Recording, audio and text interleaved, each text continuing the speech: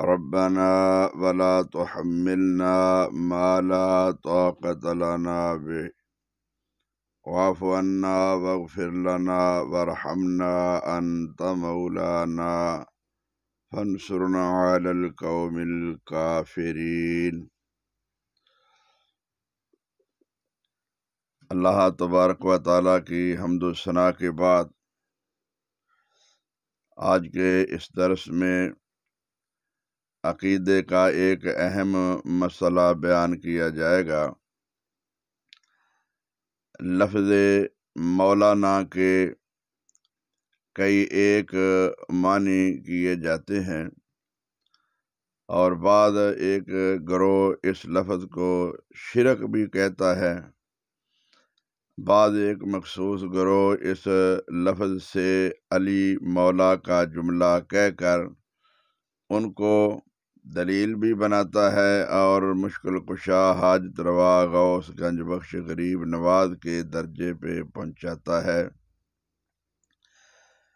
حالانکہ لفظ مولا، مولانا اپنی وسعت کے اعتبار سے، سیاق و سباق کے اعتبار سے کئی ایک معنوں میں استعمال ہوتا ہے۔ عربی میں جس طرف اس کی اضافت کی جائے گی اور اس کا سیاق و سباق بتائے گا، وہاں اس کا وہی معنی کیا جائے گا، ہر جگہ پہ ایک معنی نہیں کیا جائے گا۔ تو مولانا کا معنی کارساد، حاجت روا، غوث، گنج بخش، غریب نواز، یہ کرنا ہر جگہ پہ واقعتاً شرک ہے۔ مولانا کا لفظ جہاں عربی زبان میں استعمال ہوگا، کرنے والا انسان پہ کرے گا تو اس سے مراد دوست ہوگا۔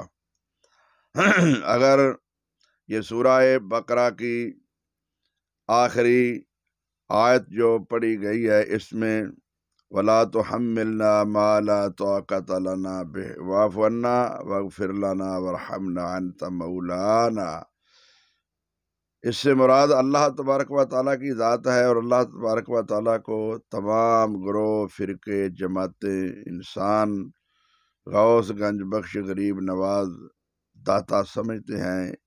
یہاں مراد اللہ ہے اور اللہ کو مشکل کشا مانیں گے، اس میں کوئی شک نہیں ہے۔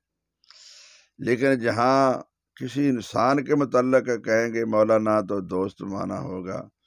مولانا کا معنی آقا بھی ہوتا ہے، غلام بھی ہوتا ہے، تو ہر جگہ پہ ایک معنی نہیں ہوگا۔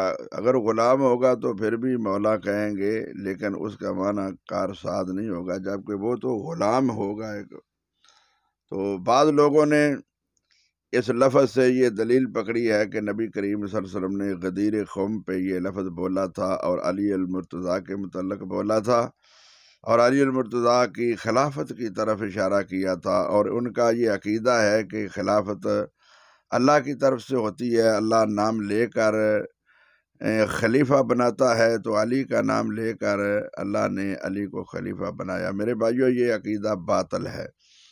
ایک تو غدیر خم کو وہ عید کا دن کہتے ہیں، جیسے بعض بریلوی بھائی میلاد کو عید کا دن کہتے ہیں۔ نہ غدیر خم عید ہے، نہ میلاد عید ہے۔ عیدیں اسلام میں صرف دو ہیں، عید الاضحیٰ اور عید الفطر۔ تو جیسے شیعہ کی عید غدیر یہ غیر شرعی ہے، اسی طرح ہی بریلوی بھائیوں کی عید میلاد بھی غیر شرعی ہے۔ یہ تو طاہر القادری صاحب نے خود مانا ہے اپنی کتاب میلاد نبی میں کہ یہ شرعی عید نہیں ہے، ہم اس کو بطور خوشی کے مانتے ہیں۔ تو بہرحال یہ لفظ مولا اپنی وسعت کے اعتبار سے کئی ایک معنی رکھتا ہے۔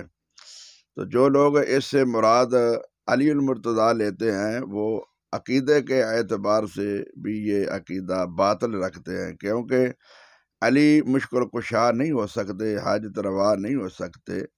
یہ صفت ایک اللہ تبارک و تعالیٰ کی ہی ہے۔ اگر علی کو مشکل کشا کہیں گے، جیسے ملنگ گلی محلوں میں یہ کہتے پھرتے ہیں مولا علی، علی مشکل کشا، تو یہ ناپاک زبان سے یہ گندے الفاظ بول کر حضرت علی المرتضیٰ کی طرف منسوب کرتے ہیں طرح طرح کے، تو علی المرتضیٰ نہ مشکل کشا ہے، نہ حاجت روا ہے، نہ ہی وہ کسی کی بگڑی بنا سکتے ہیں۔ اگر ایسا ہوتا خدا نخواستہ تو یہ کہتے ہیں کہ نام لے کر امام کا اللہ ان کو خلیفہ بناتا ہے۔ اگر اللہ نے علی کا نام لے کر خلیفہ علی کو چنا تھا، بنایا تھا، یا نبی کے کریم صلی اللہ علیہ وسلم نے ایسا کیا تھا، تو پھر علی رضی اللہ تعالی عنہ نے ابو بکر عمر کی خلافت کو کیوں مانا ہے؟ انہوں نے کیوں نہ کہا کہ میری خلافت بلا فصل ہے، مجھے اللہ نے نام لے کر پکارا ہے، نبی نے مجھے بنایا ہے، آپ کیوں بنتے ہو؟ تو ان لوگوں نے ان کے بقول علی کی خلافت چھین لی۔ علی نے تو پوری زندگی یہ نہیں کہا کہ میری خلافت انہوں نے چھین لی ہے، میرا حق ہے، نبی اللہ نے میرا حق بتایا ہے، میں خلیفہ ہوں، اللہ نے نام لے کر میری خلافت کا ذکر کیا۔ علی المرتضیٰ نے تو ساری زندگی ایسا نہیں کیا، نہ ہی اہل بیت میں سے کسی نے یہ کہا۔ یہ لوگوں نے بعد میں یہ فروضہ خود کھڑا ہے۔ اگر علی مشکل کشا ہوتے تو مجبوراً ابو بکر عمر کے پیچھے، عثمان کے پیچھے نمازیں نہ پڑھتے، ان کی خلافت کو تسلیم نہ کرتے۔ تو اس کا مطلب ہے کہ نہ وہ غوث تھے، نہ غریب نواز تھے، نہ مشکل کشا تھے، نہ حاجت روا تھے۔ وہ تو ایک اصول کے تحت زندگی گزار رہے تھے۔ پہلے ابو بکر کی بیعت کی، پھر عمر کی، پھر عثمان کی، ان کے پیچھے نمازیں پڑھی، ان کے عہدے قبول کیے۔ اگر وہ مشکل کشا ہوتے تو پھر وہ غیر منصوص بقول شیعہ کے خلافت کو کیسے تسلیم کر سکتے، بلکہ وہ اپنی خلافت منواتے۔ پھر حضرت علی المرتضیٰ کے متعلق لوگوں کا خیال ہے کہ یہ مشکل کشا ہے، حسن مشکل کشا ہے، 12 امام ان کے مشکل کشا ہیں، جیسے بریلوی لوگ اولیاء کو مشکل کشا مانتے ہیں۔ تو کربلا کے اندر حضرت علی کا کنبہ تقریباً سارے کا سارا جو کہتے ہیں کہ شہید ہو گیا تھا، تو علی وہاں ان کی مدد کے لیے کیوں نہ پہنچے؟ زندگی میں علی المرتضیٰ نے کسی کی اس طرح کی کوئی مدد نہ کی۔ زندگی میں علی کی زندگی میں کتنے جنگیں ہوئی ہیں، علی المرتضیٰ رضی اللہ تعالی عنہ بھی موجود سے، کتنی مشکلیں آئی ہیں، نبی پر بھی مشکلیں آئی ہیں۔ تو بھائی جس کو مشکل آ جائے وہ مشکل کشا نہیں ہوتا، جو مشکل کشا ہوتا ہے اسے مشکل نہیں آتی۔ مشکل کشا ایک ذات ہے جس کا نام الہ ہے، اس کو کوئی مشکل نہیں آتی، نیند نہیں آتی، وہ کھانے پینے سے، بیوی بچوں سے پاک ہے، وہ مشکل کشا ہے۔ جو بیوی بچوں کا، نیند کا، کھانے پینے، پانی کا محتاج ہو، جس پر کوئی حملہ ہو جائے، جس پر کسی قسم کی کوئی بیماری، کوئی تکلیف آ جائے، وہ مشکل کشا نہیں ہوتا۔ علی پہ بیماری بھی آئی، تکلیف بھی ہوئی، ان پہ حملے بھی ہوئے، پریشان بھی ہوئے، دکھ تکلیفیں بھی اٹھائی، لہذا اس لیے وہ مشکل کشا نہیں ہے۔ وہ اپنی زندگی میں بھی پریشان تھے، اور ان کا کنبہ کربلا میں شہید ہوا، لیکن وہاں کسی کی بھی مدد نہ کی گئی۔ مشکل کشا صرف ایک اللہ کی ذات ہے۔